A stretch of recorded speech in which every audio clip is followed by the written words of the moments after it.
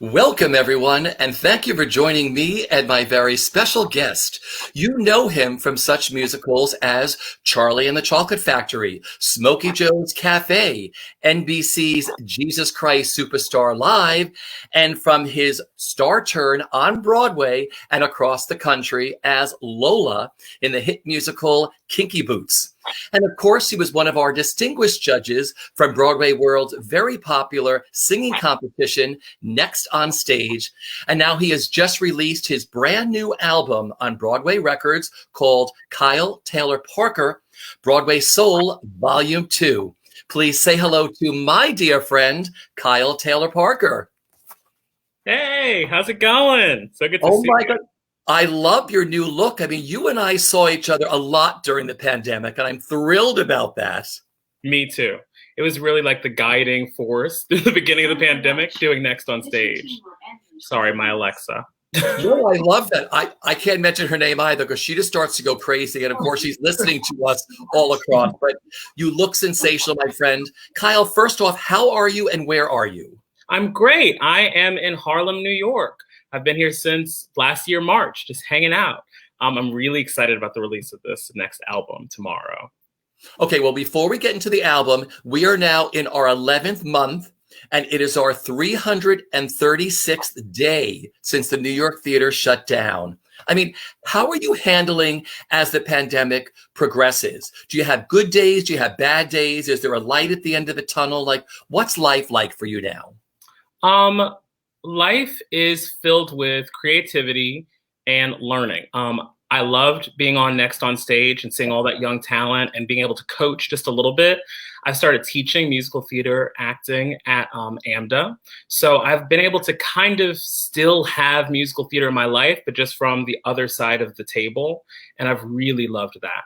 I do miss going to the theater so much, and I miss exciting musicals and celebrating friends. I mean, we're still waiting for the Tony Awards. No, but because, everybody I talk to, they say now, oh, there's a light at the end of the tunnel. I wake up and I say, today's going to be a really good day. How can I be productive today? Mm-hmm. And sort of look beyond everything. Yes. I mean, hearing music and teaching has been that. Working on music has been that. The vaccine is here, so that's exciting. Yeah, there is a light. I do believe things are going to begin to change. Perfect. Well, congratulations on your brand new album entitled Kyle Taylor Parker, Broadway Soul Volume 2, which is released by Broadway Records. Now, does it drop tomorrow? Yes, it drops digitally everywhere tomorrow. Okay, but there's also, then you can also get a CD and a vinyl copy? Absolutely. So you can get CDs become available February 26th. They'll ship out, and vinyls are available for pre-order right now. They should arrive mid-March. I'm only printing 300 of them in all time. So they're signed and numbered by me, and once they're gone, they're gone. And those are available on BroadwayRecords.com. How excited are you about this new album? I'm so excited. It is the most collaborative thing I've done in a time that you would think collaboration would be impossible. We recorded it in our closets. I work with incredible musicians and singers from all over the country. Well, how did the album come about? Like, you were in the middle. Were you planning this before the lockdown happened? Kind of. Kind of. I knew I wanted to do a second album. I knew I wanted it to be love songs, but then the Broadway shutdown happened, and I thought that's not going to be possible. And then I started thinking, well, art was never made out of necessity. Art was never made out of convenience. It was made out of necessity. So how can we figure this out? And we've seen so much creativity in pandemic.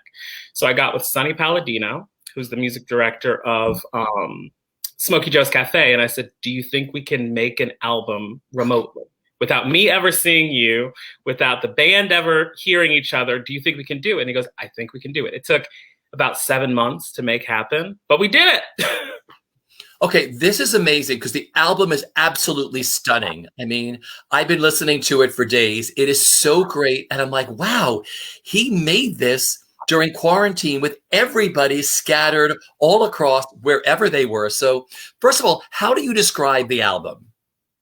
I describe the album as a 12-track concept album.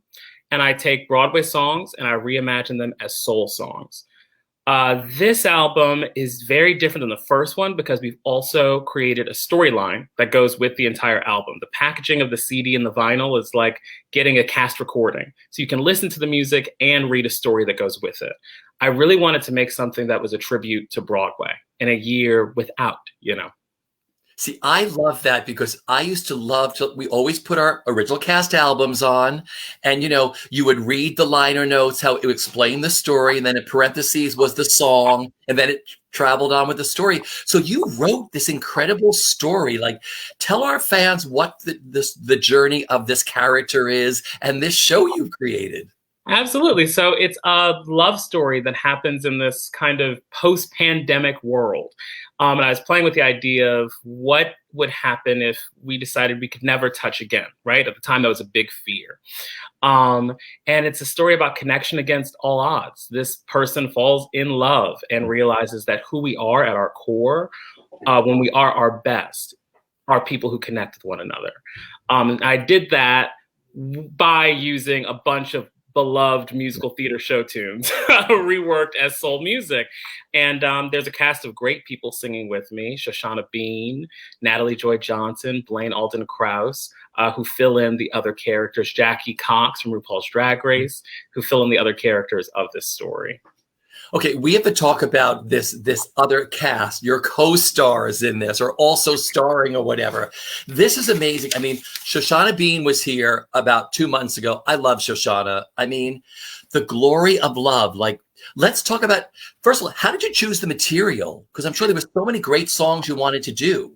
Yeah, well, I really wanted to do songs that people loved, musical theater songs that people loved, because I think that if the audience loves it, they'll really appreciate the turn that I'm going to take with the music. So first I wrote out a big list of Broadway show tunes that are about love that people love. And then I worked with Elizabeth Frankel on the story to figure out, how do we make this make sense in a story? The characters in the story were informed by the people who decided to say, yes, I'll sing with you on this album. So I created each character based on who that person is to me. And Shoshana Bean is like my fairy godmother of everything. She's an incredible person, incredible artist. And so in our story, she really is the fairy godmother. She shows up and she tells us the truth about love. And that's one of my favorite tracks in the album. It's not from a musical, but I think we're all going to be okay with it. Yeah, because I was going to say, how did you choose The Glory of Love?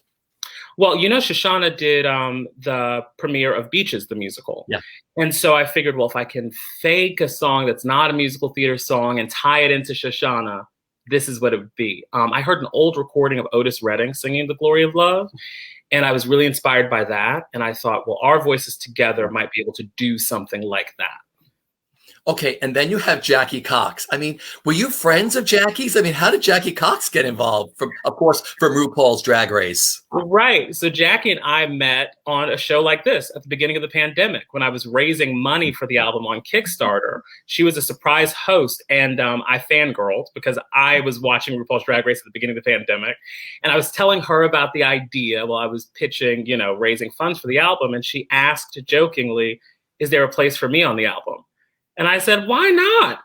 And so then I started thinking, how would we use Jackie Cox? And she is also she's a gorgeous, fabulous drag queen, but what a great force of good in our country. So I wanted that to exist in the album with her. She's on 2 tracks that are just fun. Okay, those tracks, of course, are Love for Sale and Sugar Daddy from Hedwig. I mean, what a brilliant combination to do that. And then, of course, you have Natalie Joy Johnson. I mean, You Could Drive a Person Crazy. I mean, what an incredible arrangement you came up with that. Like, how did you hook up Natalie with that song with you? I love Natalie. We did Kinky Boots together, and she is just a riot. If you've ever seen one of her shows, I mean, she's just so much fun. I think she's the modern day Bette Midler. Like, she is our Bette Midler, the Divine Miss M. And I wanted something like that. It is a love album, right? And so you can't really talk about love without talking to your friends about your bad luck in love. And so I was thinking, well, You Could Drive a Person Crazy is about not being very lucky in love, unrequited love. And instead of doing 3 people talking about it, why not make it girl talk with my good friend, Natalie Joy Johnson? And so that's where the idea came about. Just brilliant. And then, of course, we have Blaine Oldenkrauss for What About Love from The Color Purple. So beautiful. I mean, Yeah. He's a dreamboat. yeah. So that arrangement came about for two things. One, I think in my career, I've been known to do two things, but one more than the other. I've been known to be very vulnerable and available emotionally, but I've also been known to be robust and fun. But I really wanted to focus on the other thing more, which was vulnerability and truth and simplicity at times. And so I thought, What About Love would be a great track to create a space to explore Black male vulnerability. We don't get to see men in general sing together very often. And so to turn it and do a romantic duet with another male, I thought it was just a great opportunity to do that and make space for it. Yeah.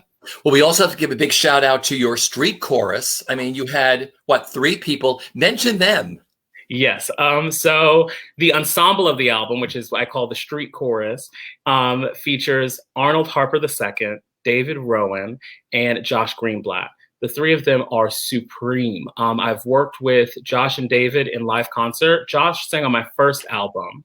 They're just great vocalists. I would listen to them sing anything. And Arnold and I have done Kinky Boots someplace, every place together. And I mean, they're really featured on the album a lot, and they never, ever recorded anything together. They're singing in harmony. They are making all of their cutoffs. They're really like this doo-wop group on the album, and they never, ever recorded together. I love them, not just because of their singing, but also they're stars in their own right. They really lifted the project. Okay. It's also seamless. So we have to talk about recording an album in quarantine. Where did you do your lead vocals? Where did you record them in your home? Right in my closet. Just a few steps away from where I am right now. I recorded them in my closet. And man, that was a journey. Do you have a big walk-in closet? Did you remove all your clothes? Like, is that your new area? Like, is that your sound studio? Like, what did you do to create that? So I watched a lot of YouTube videos about how to, make this happen. I was guided. I have 2 producers on the project, Rich Mercurio and Sonny Palladino. They guided me with things like which microphone to buy, and how to engineer and what sound. We did this all on Logic Pro, so how to use that. The closet is not that big. It's pretty small. I'm kind of maybe too tall for it. So there are some songs that were recorded like that. I got 2 big audio blankets and put them on the side. The 2 doors swing open like this. So I put them on the side like that. I'm standing here. The microphone's in front of me. From inside of the closet, I have to pull the doors closed and get everything nice and cozy. On the there's a monitor, a tiny monitor connected to the microphone. That I had to position between like the crack of the closet doors. And if a red light goes off, I can't use the take because the mic is overloaded. So I have to sing and watch for the red light. Hence sometimes singing like this so I could get just a bit of distance. It was a journey. This is wild. You should have made a behind the scenes of recording. I know you have no one there with you to do that, but it's like, as creative artists, everyone has found a way during this pandemic. Like, oh, my closet's going to be my sound studio. I'll do what I have to do. It's like, you've always created art from the minute, we were born and found a cast album and stood in our room with a hairbrush or whatever. It's artists are very adaptable. And I'm sure that helped with all of this, with you putting this whole thing together, right? Absolutely. If I would compare the journey of working on this album compared to the first one, this one I had more fun because the first album, we rented a studio. I was the sole producer of it. In the back of my mind, I was always thinking like, we don't have enough time for this. In the middle of a pandemic in my closet, I can spend weeks, I can spend days, like it doesn't matter. So I just really went on the adventure of it. And some songs, Some Enchanted Evening took 3 days to record because I was singing so loudly. I was overloading the microphone every time and I couldn't figure out. At one point I just did the song squatting below the microphone until my producer told me, there's a button that you can press to like change how much and I go, oh, great. 3 days now later. You tell me 3 days later, right? Yep. Okay, so being in the closet like that, making that your studio, what was the easiest number for you to record and what was the hardest? Falling in Love with Love was the easiest number to record. Falling in Love with Love / Mr. Pitiful. The hardest to record was What I Did for Love. And kind of not necessarily for the both of these songs for the same reason, not because of the being in the closet of it, but because of what am I trying to say? Patience.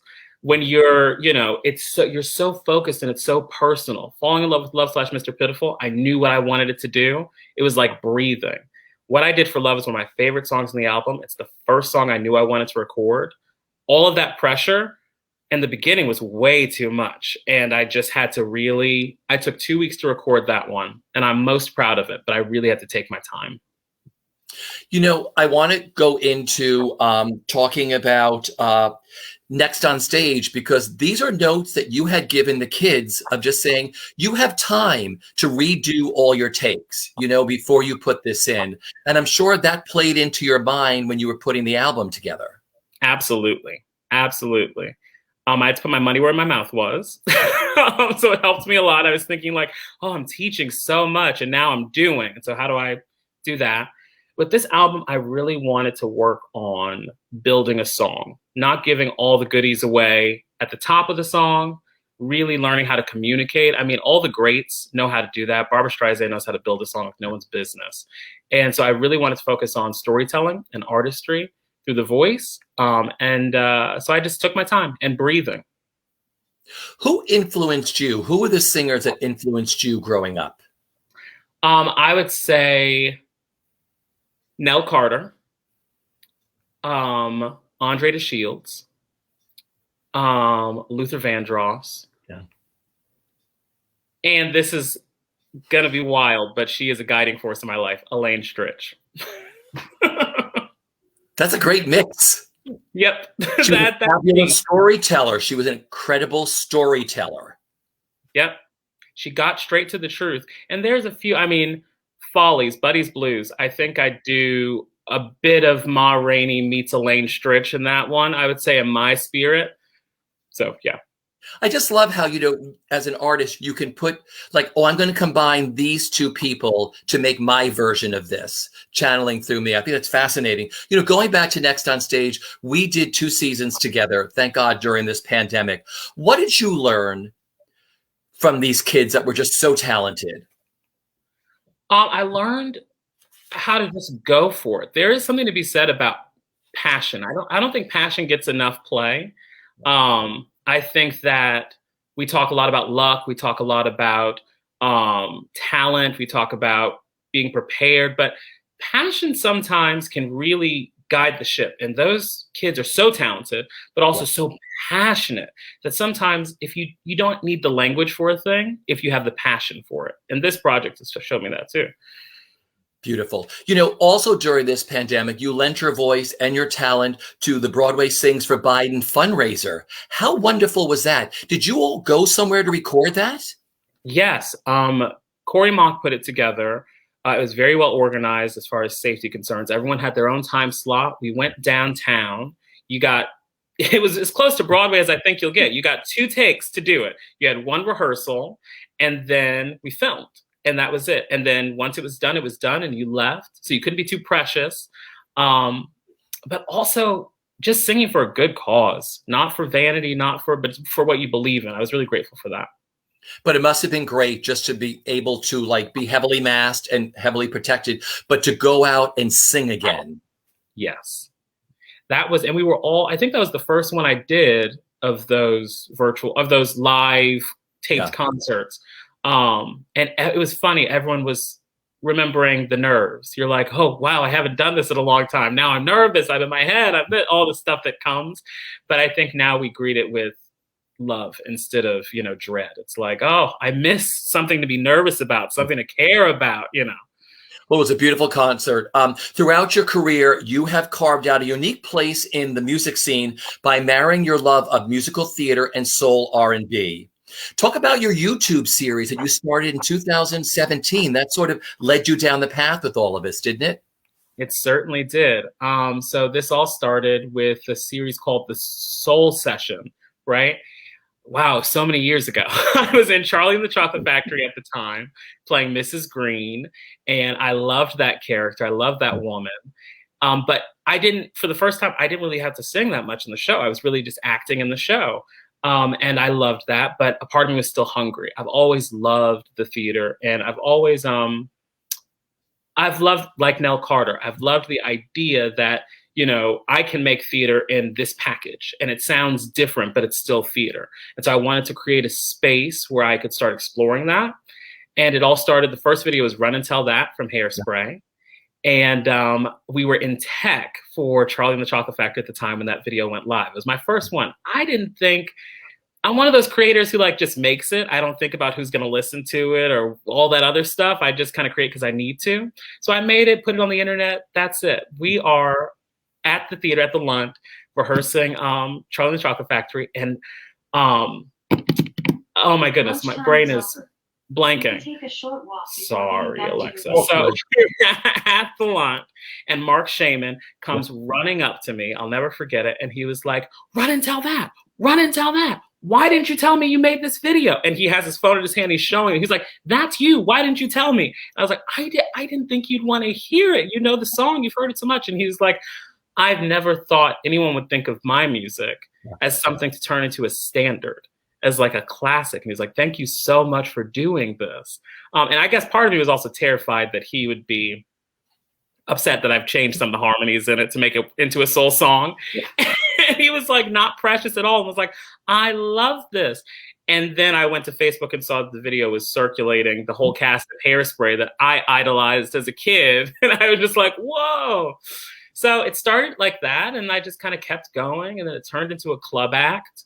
When the day after Charlie closed, I debuted the club act of the Soul Session at the Green Room 42. And pretty much the first album is all of those songs. And then that led to an album, and now here we are. Here we are. Going back to the beginning, growing up, where did your love for theater and music begin, Kyle? My love for theater and music began at a really young age. I would say theater started around 8.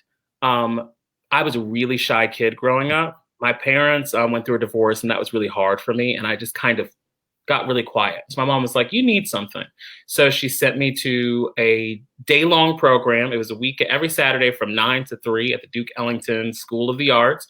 Yeah. I would go to acting classes. And there, I became a different person. I was like so alive, so talkative, so this. And so my mom kept me in it. And I just loved the expression of it. The idea that you could take the stuff that you know and explore it in a safe space where like no one is saying like, "Oh, that's Kyle being wild." No, that's like the character I'm playing. So it liberated me in a time that I needed it. And I just I never stopped since then. That's great. You had this incredible journey with the hit musical Kinky Boots. I mean, you made your Broadway debut playing Angel. Yeah. How magical was your Broadway debut? What do you remember about that debut, and how special was it for you? Man, it is one of the best moments of my life. It's everything that I wanted. I've wanted to be on Broadway since I was a little kid. But the magic of it is the first Broadway show I ever saw was Nell Carter in Annie. Yeah. And I didn't know until I think the middle of the first year doing Kinky Boots on Broadway that the Hirschfeld is the exact same theater that production of Annie took place. So I made my Broadway debut on the same stage that I saw my first show. It's so magical to me. Also, Billy Porter has always been this huge legend and icon and important force to me. So to get to make my Broadway debut alongside someone I've always respected and admired was just such a huge event in my life. Well, you also headlined the first national tour as Lola, and you were the first actor to replace Billy Porter? Yes, I was. In the role on Broadway. How life-changing was that show and that role for you? It was major. So life-changing. It showed me how much I'm capable of and will continue to be. It was a gift because a role like Lola, you're never really done with it. You have to come to it ready to learn from it from beginning to end. And, you know, I lost my father during the run of that show. And so it also allowed me to heal all of that stuff. While I was working on the role, I was also working on myself. So it was a great, great gift. And my best friends, my lifelong friends I made doing that show. Do you remember your first performance on stage as Lola? Yes, I do. I wasn't originally hired to understudy Billy. That happened later on. We had been doing the show for a while, and I pretty much begged Jerry and the team. I said, listen, I don't have to go on. I just want to be a cover so I can rehearse. I want to learn how to do this because I don't know if a role like this will ever be written again for someone like me. And this is my thing. So can I just learn how to do it? They said eventually, yes. I wore them out, right? So I was the understudy who's just rehearsing. And one day Billy was sick and there was no one in the building who could do the part. I got a call saying, our stage manager called and she goes, "Are you ready?" And I said, "For what?" And she was like, "Billy's out. Tim doesn't feel well. So you're up. Are you ready?" And I said, I think I am. I will see you at the theater. And I hung up the phone really calm. And I said to myself out loud, "Am I ready? I've been ready. I'm ready." I grabbed my stuff. I hop in a cab. I'm running to the theater to meet Stark to run through scenes. And I made a post on Facebook. I was like, I'm going on for Lola tonight. I will not see my phone until it is done. If you can get to the theater, get there. See you on the other side. And I just remember it was like flying, like there's no time to think about anything, just flew. So how much time did you have that day? I think I had about 30 minutes with Stark, and then I was in the makeup chair, and then I did the show. It was very close to the show, not much time. Okay, so let's talk about the first time being in that iconic chair. It's like when I asked the Elphabas, like, what's it like being painted green for the first time? Like, what was it like being Lola-ized or whatever, that first time in the chair? There is a magical moment that happens. So you're sitting in the chair, and the moment you get in the chair, it never stops. Everyone's coming in. They have notes. They have information they need to give you. So it's like very focused time, and you're in one space, and everything's moving around you a lot. But then there's one magical moment. They put the wig on, they turn you around, and you zip up the side of the dress, and then you catch a glimpse of yourself, and you're gone. It's like she is here, you are gone, lift off, And that moment was wild. Okay, so when you turned and you saw yourself in that mirror, did you have any time to process this, saying, "Oh my gosh, I'm Lola"? Yes, and that's the worst part. So you get all done up, then you still have 20 minutes until your first entrance. So you have all that all the adrenaline, and you're staring. And so I used to when I was younger. Now I'm like a stage manager's nightmare because I learned this. I actually learned this from Leslie Odom Jr. Get dressed like a little bit later so you don't have any time to panic. Because what I used to do, I would get dressed, everyone finally leaves you, and I would run Land of Lola in that dressing room 3-4 times, not out of panic, but just kind of like I was so ready to go. But then by the time you get out there, that's your 6th time doing the song. Like it's not as fun. So then later in the run, I started saying like, "Oh, look, can we just put the dress on just a little later, a little later?" Everyone around me is like, "Okay, come on, we got to do the thing." But to young actors listening, if you do have bad nerves, try to wait to get dressed because that is like the last little piece, right? Okay, so I was going to ask you, so there you are in the wings, ready to go on. Mm-hmm. This is for all these other actors or young kids or any actor of any age watching. Where is your mind? Like right before you make that entrance, how do you do that final prep, or what is your final prep? Yeah, it's different for each part, but I'm one of those people who likes to lose myself in a part. So I like to focus in on what I'm really doing and what the whole night is. So sometimes, and I said this on Next on Stage, I think, sometimes I give myself a driving question. I'll ask myself a question 3 times before I go on stage, and that sends me, something that flies. And Lola has a great entrance. She's being, chased onto the stage, a very dangerous moment in her life. I'm giving away all my secrets, but I don't care. So I used to stand in the wings, focus, focus, focus, breathe, breathe, breathe. And I'd say to myself 3 times, what does a real man act like? What does a real man act like? What does a real man act like? And then I'd run onto the stage trying to save my life. But I think for me, her driving question was like, when will this end? Why can't I just be, right? And second act, she fully says to Don, well, what does a real man act like? So I wanted to start that journey from the first act.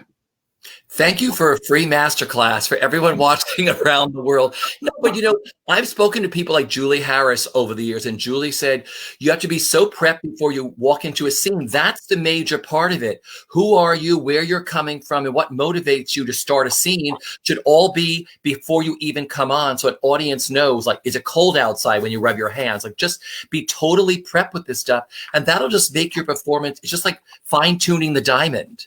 Yep. All right, Jerry Mitchell, you mentioned Jerry Mitchell. I mean, he finally said, yes, you can do this. I mean, Jerry Mitchell is a master. Why is he one of the most sought after director choreographers? He's just the best. He gets it. I think, A, because he's done it, being a performer. B, because he loves it. And he loves it so much that everyone in the room can't help but love it, and try to love it as much as he does. I think he loves... he's my favorite person to be in the room with because I love watching him find it and uncover the story and uncover the truth. And it inspires you to do the same thing. I love that. Then you moved into the original cast of Charlie and the Chocolate Factory. I mean, what are your favorite memories of doing that show? Man, the opening night party was fabulous. I remember that was like kind of like being in Hollywood. That was really, really fabulous, meeting so many great people. My inspiration for Mrs. Green was Jennifer Lewis, who is iconic. And I met her on opening night. I heard her laugh in the audience at one of my jokes. One of the jokes I had to deliver. But I heard her laugh, and on the inside I was freaking out. It was wild. I would say that, hearing Jennifer Lewis laugh at a gag geared toward her. That's great. Then there was the recent Josh Bergasse production of Smokey Joe's Cafe. What was it like living in the world of that musical and the style and Josh's dance moves? Man, it was incredible. Josh, and we met doing Charlie and the Chocolate Factory together, but we didn't get to work as closely as we did in Smokey Joe's Cafe. Yeah. Josh is like Jerry in the sense of he loves it so much. He loved Smokey Joe's Cafe. And he just put all of his love into that show. That was like getting a free, Barry's boot camp every single day because there's so much choreography. There's like a step to every riff that you're singing. So I've never been that was the best shape of my life, I think, doing Smokey Joe's Cafe with Josh as my workout master. Because I was going to say, when you look at that show, it's sort of like what Sergio does too. It should be like, Sergio Trujillo, it should be like a Broadway workout. You would never have to go to the gym when you do one of these shows because it's so precise, but there's a move to everything you do. Yep, absolutely. And it's entertaining for the audience. Like I can imagine it's a fun ride for them to go on.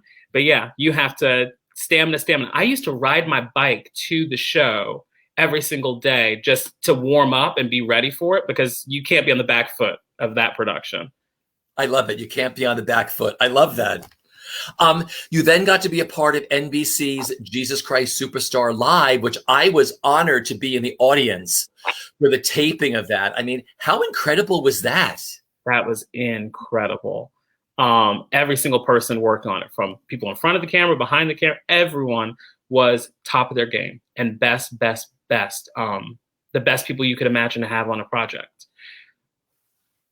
Because I was invited to a rehearsal up at the church at St. Paul the Apostle, which is the same rehearsal studio where the Rockettes rehearse every year because it's just so big and they can split the wall. I mean, it must have been great for you to have gone from like the rehearsal to all of a sudden being out there in Brooklyn with all the sets and the lighting and everything else. And it's like, it's showtime. We're going live around the world. Yeah, I loved it. I also loved the way the production was directed. David Laveau was extraordinary. And on day one, he was really clear with all of us. He said, you all make theater. We all know how to make theater. This event should not look like anything but a live theater event that is filmed. And so you can be aware of where the camera is, but the camera is capturing the theater that we're making. So I want to connect everything to truth. And I learned so much from watching him and being around him. It was just magical. And the way he approached the story of Jesus Christ from this theatrical perspective, I mean, we had great conversations in that rehearsal room. Well, he's so smart. I mean, I could just listen to him talk, at any time. He did 9 with Cheetah and Antonio Banderas. I mean, such incredible productions. What was the biggest pinch me moment for you on Superstar? Meeting John Legend. They couldn't have cast anyone better. I mean, it was, if you didn't have if you had to imagine what would it be like to meet Jesus, well, John Legend was it for me. I love John Legend. He's an incredible singer. And I should have said that he is a great vocal inspiration, because he really is. So anytime he'd walk into the room, everyone all of a sudden stands up just a little bit straighter, and everyone just wants to be their best. And he just brings the good out of everyone. And he's so cool and so nice. That was a huge pinch me moment. Getting to work with him. And I think his first entrance, I was directed to stand up and shake his hand. And so they told me so you're gonna stand up and you're gonna shake Jesus's hand.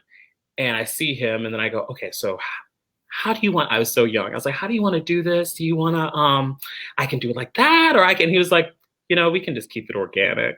And I'm like, yes, Jesus, yes, you're right.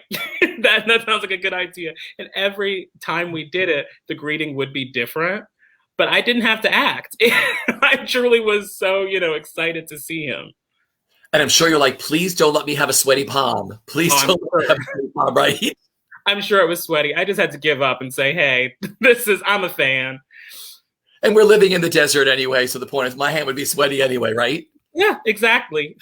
What was great about watching that live taping is I'd watch him do an incredible number, and the place would go crazy, and then he'd be working on the next scene with the stage with David and the floor people, and then all of a sudden he would zen out and then just do the next thing. It was so brilliant to watch that whole thing being done live. Yeah. It was so great. Every single person, Brandon, Norm. I mean, it was like the Olympics of acting, watching people all work and really focus. Those commercial breaks were wild. The ensemble was running from one side of the, place to another. It was wild. I loved it. It must have been great for all of you, because these people would just sing, and it'd be like a Broadway rock concert where everybody at that state, at that arena would just be freaking out and just screaming and yelling. Yes. And we didn't know that either. That was maybe another pinch me. The dress rehearsal, when they filled the arena with audience members and we make our first entrance, and the show is directed all with intention, right? And there's a moment where we're supposed to throw the energy, and anoint the space is essentially what we're doing. Now, we didn't think that there was going to be an audience there. So when we're facing them and we're all doing this, that they're responding to the energy. They were yelling at us like we were, Kiss. It was wild, the response. Genius. Yeah. Going back to Kinky Boots for a second, you kicked off the first national tour. You took this all across the country with, and I'm sure audience members were not used to a show like Kinky Boots. And, you changed the minds of so many people. What was that like for you, taking Kinky Boots across the country and the reaction from the audience?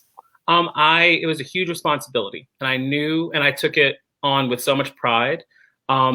I was loved into that position, as Andre DeShields would say. I have this, I'll never forget, I still keep it. There's a note from Harvey Fierstein on opening night where he says, "You will spread the message of love and healing around the world beautifully." And when I read that, in my head, I go, oh, that's my job. My job is not to be fabulous. My job is not to be astounding or fierce. My job is to spread the message of love and healing around the world. Yeah. And I am fabulous and I am fierce and but the message is this. And also, Jerry said on opening night to us, and I took this very seriously, if you do this, pursue the truth. That's one of the lyrics in the show. If you pursue the truth, everything's going to be all right. That's all I did for that year of doing the show. I was pursuing the truth and trying my best to spread the message of love and healing. Yeah.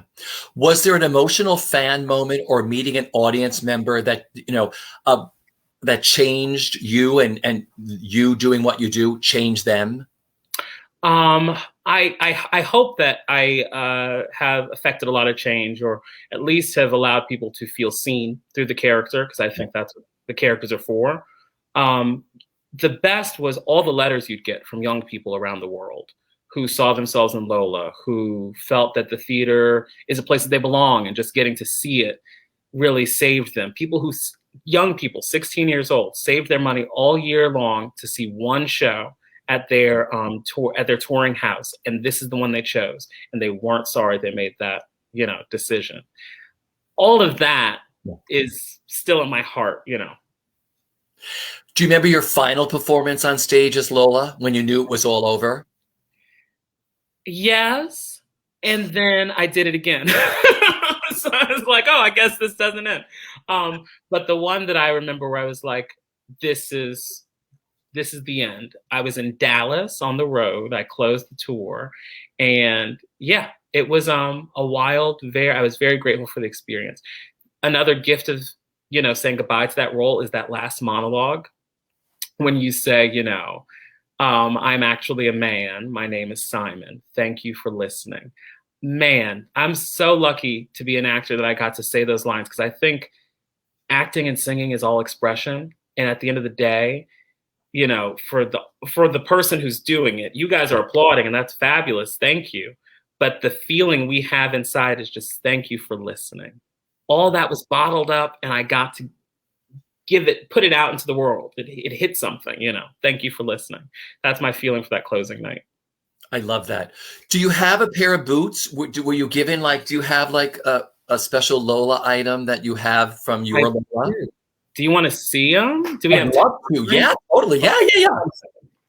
Oh, I love this. This is the best. I guess every Lola maybe gets a pair of their own Kinky Boots. So we're going to see what happens here, what Kyle brings back. And I love Freddie Mercury. I love his backdrop here too. Like I said, the album drops tomorrow on all streaming, and then in 2 weeks it all comes out on CD and vinyl. What do you have there? So I do have these. The iconic Kinky Boots sits in my office. Do you have two of them? Do you have two of them, or you have one of them? Well, I have the whole set. I have both. I have the pair. Okay. Do you ever put them on at any time when you're feeling low or something during the pandemic? Did you say, I'm going to go into Lola mode today? I haven't put them on in a while. The last time I put them on, I couldn't stand up. I said, okay. The time for this is past. Let's just put that back on the shelf. And then these actually were my favorite, and I have the pair, but I only have one with me. These are my favorite to wear in the entire show. The boot I just showed you is not an original boot. This boot has been with me since I was an understudy on Broadway. And this is the heel. And it sits in my closet above where I recorded on the little shelf right above me. So it's my recording companion, my lucky boot. Don't get hit in the head with that boot while you're in that closet. I mean. Oh, that is sensational. I have two more questions for you. What have you learned the most about yourself during this pandemic? I have learned, and I think I forgot this, I have learned how creative I am. Yeah. I've learned that creativity is the essence of who I am. That's beautiful. And finally, since Valentine's Day is right around the corner, every year at Broadway World, we ask performers, what is your favorite or one of your favorite Broadway love songs and why? Ooh. Oh, you got no. A whole album full of them. I have a whole album of them, right? I was like, oh no. I have a whole album of them. Oh goodness. I'm going to say, what is the one? Sad dear, but true dear. When I'm not of you, dear, I'm yours. Till I die, so in love with you am I. Cole Porter. How come? The lyrics are gorgeous. It is a devastatingly beautiful song. It is, to me, it sounds like being unable to help the fact that you love someone. You know, how when the idea of falling in love happens in spite of yourself sometimes. Is that on one of your albums yet? It isn't. Maybe I'll record it. I see a volume 3 in the future, right? Maybe. So Kyle, once again, tell everybody it's on all streaming platforms. The album drops tomorrow, Friday. And then when can they get the CD or a limited version vinyl? Yes. So the album drops everywhere digitally tomorrow, any place you stream music. And you can find if you like CDs, I'm offering CDs at BroadwayRecords.com, and vinyl are available for pre-order at BroadwayRecords.com. And they will arrive to you February 26th. This is great. It was so great to catch up with you again.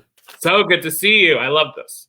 All right, like I said, congratulations on the album. It is absolutely stunning. You look sensational. I cannot wait to see you. I love your new look here. Like you zhuzhed your new way of filming in your house.